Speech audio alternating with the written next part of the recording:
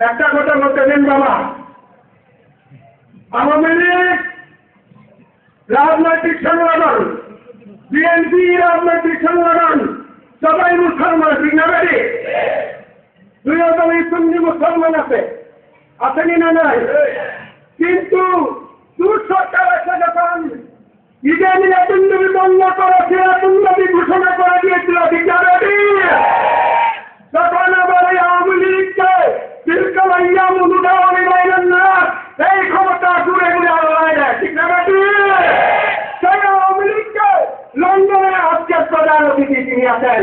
Leicester সিটিতে আমি বলেছিলাম সিরাতুন্নবী কায়েম করে মিলাদুন্নবী বন্ধ করে দিয়েছিল একদল, আর আওয়ামী লীগ এসে সেটা জারি করেছে।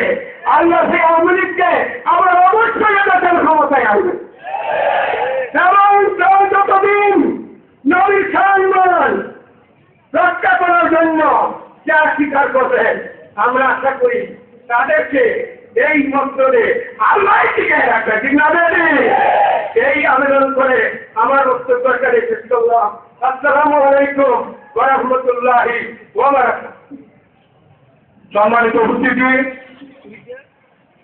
সময় স্বল্পতার কারণে আমরা অনেক বিদ্যুৎ আমার গ্রামকে বক্তৃতা দিতে পারি নাই। আমাদের মধ্যে উপস্থিত আছেন অনেক মাদ্রাসা সুপারিনটেন্ডেন্ট, অনেক বিদ্যুৎ আলমদিন যারা মাঠে ময়দানে বক্তৃতা করেন।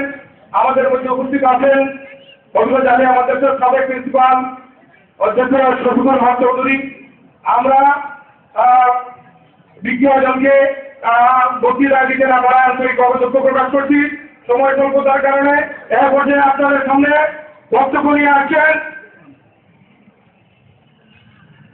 Red kitchen society Habiganj secretary জনাব মোহাম্মদ আতাউর রহমান শরীফ। জনাব মোহাম্মদ আতাউর রহমান শরীফ, আমি প্রত্যেক ভাইকে সংক্ষিপ্ত আকারে বক্তব্য দেওয়ার জন্য অনুরোধ জানাচ্ছি।